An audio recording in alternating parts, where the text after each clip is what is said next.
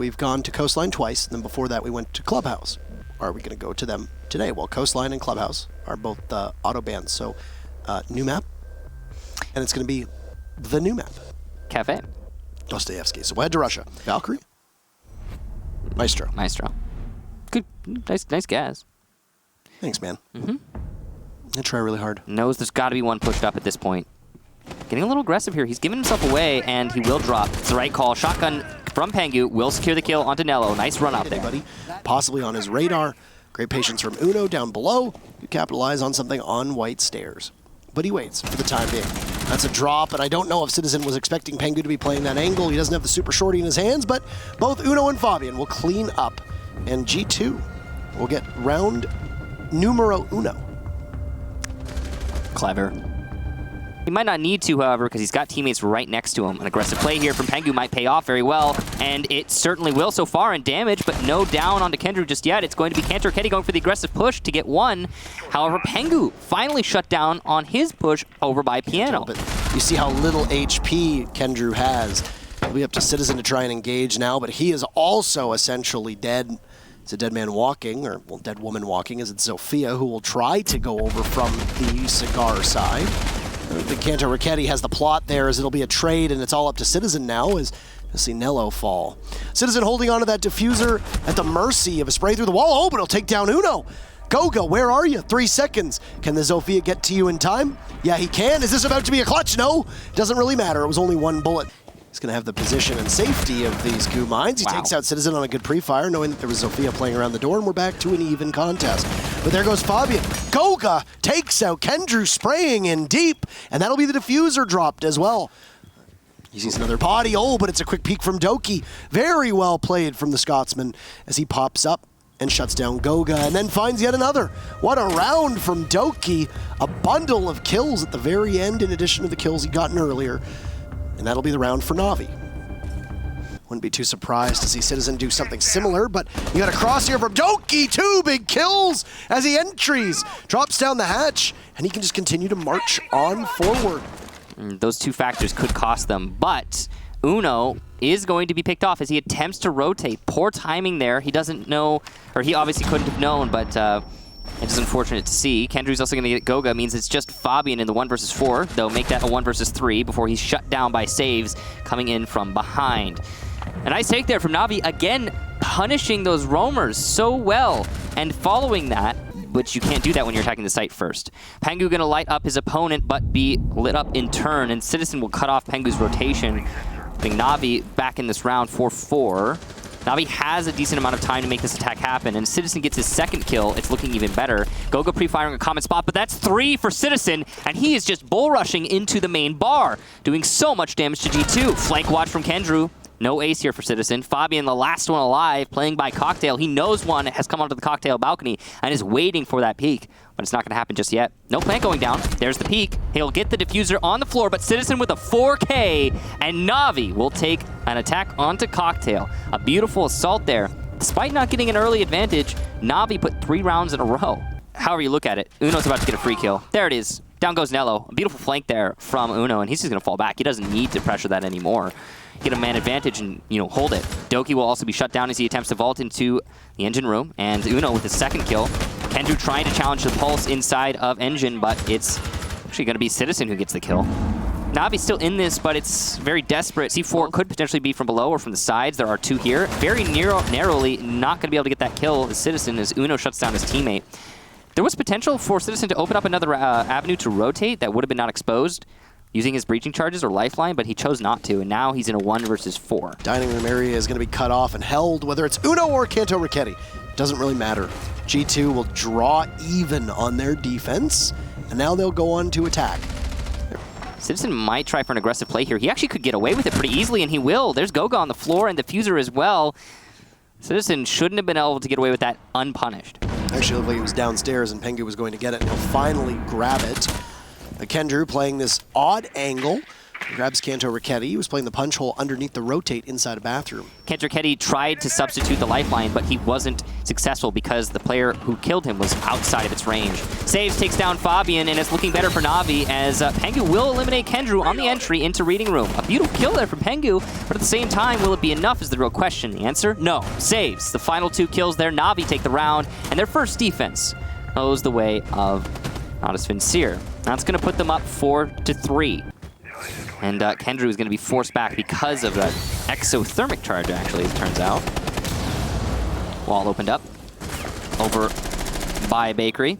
Challenge there from Kendrew, but he won't land any shots. Oh, narrowly missing out on the kill there from IQ. And again, here we go.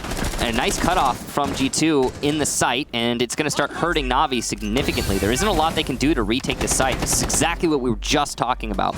As Goga starts going for the plant, Nello will get one on the flank and saves with the impact to deny that plant. Goga gets off of it, and it's going to be Pengu pushing deep in sight, leaving just Nello. Plant has to go down, which means Pengu must cover, but he has to win the fight in order to be successful in this endeavor, and he will! Pengu always clutches him out, and there you go. G2 take the round on attack from Bakery or Kitchen, and we're going back to an even round count, 4-4. So G2 look like they're about to be relinquishing the lead back to Navi, who have held it for, I think, more time than G2 was expecting.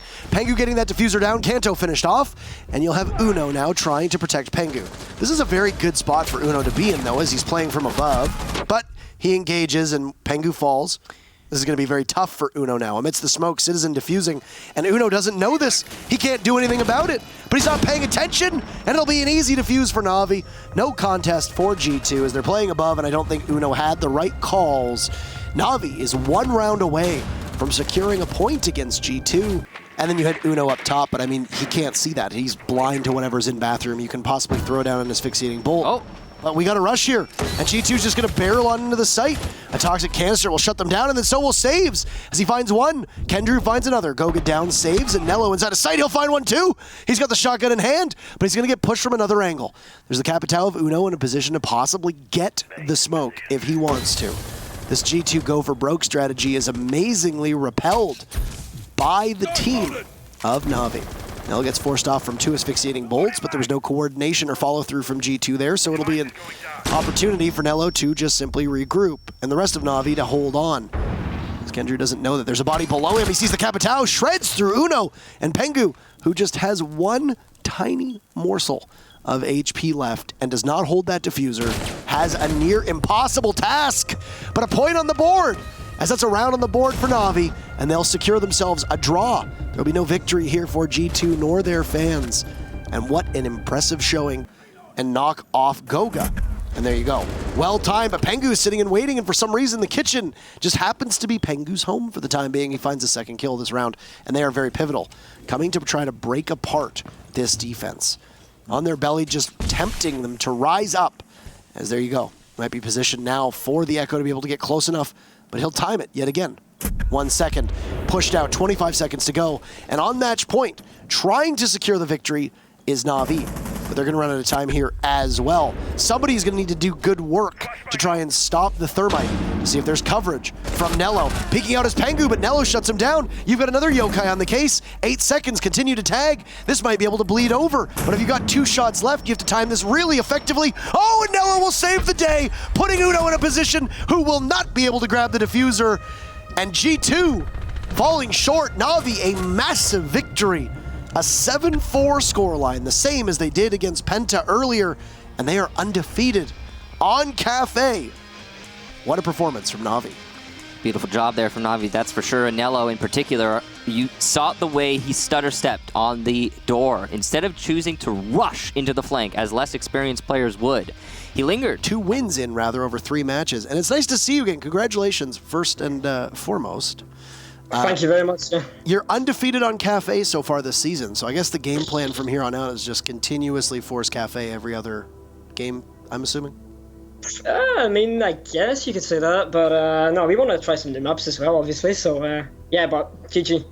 Now, you saw G2 play this because every single team in Europe played Cafe on Playday number 1, yourself included. You beat Penta 7-4 on this map, but as the way Penta played was so different from G2, you also made a couple changes here. How much of that was counter-stratting G2, and how much of that was just the way that your team in 4 days, actually 5 days, how much of that is how much you've changed on Cafe?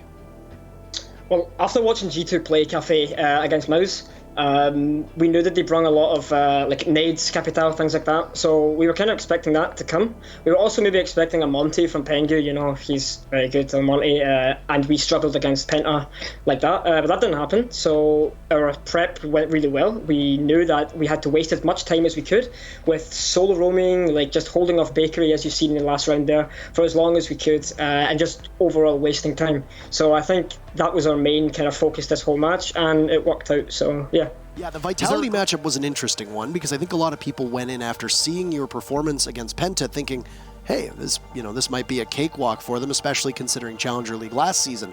What do you think really went wrong? Was it just being afraid to take gunfights, or was there more to it? Okay, so Vitality banned Thermite on Club, which we've never experienced before in an official match. And we also followed that up with banning Maverick, which as soon as we done that, we were kind of like, oh dear, this is a mistake. So we kind of knew from the get-go that this match was going to be like an uphill struggle. So that was probably the main reason we struggled so much, and that's our fault. That's completely our fault. We misjudged them, and they did play really well. They played really secure. They'd clearly prepped for that exact bans, etc. So yeah, well played.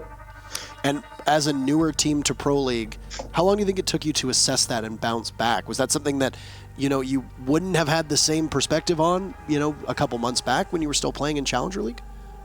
So as soon as we lost that game to Vitality, like literally 30 minutes later, we had a 30-minute break and we went straight into a custom game and sorted all of our issues out. We practiced the next day with the Thermite ban. We practiced all of this type of stuff. Even though this might not happen again, we just tried and sorted our issues out, cleaned them all up, and yeah, so that's that.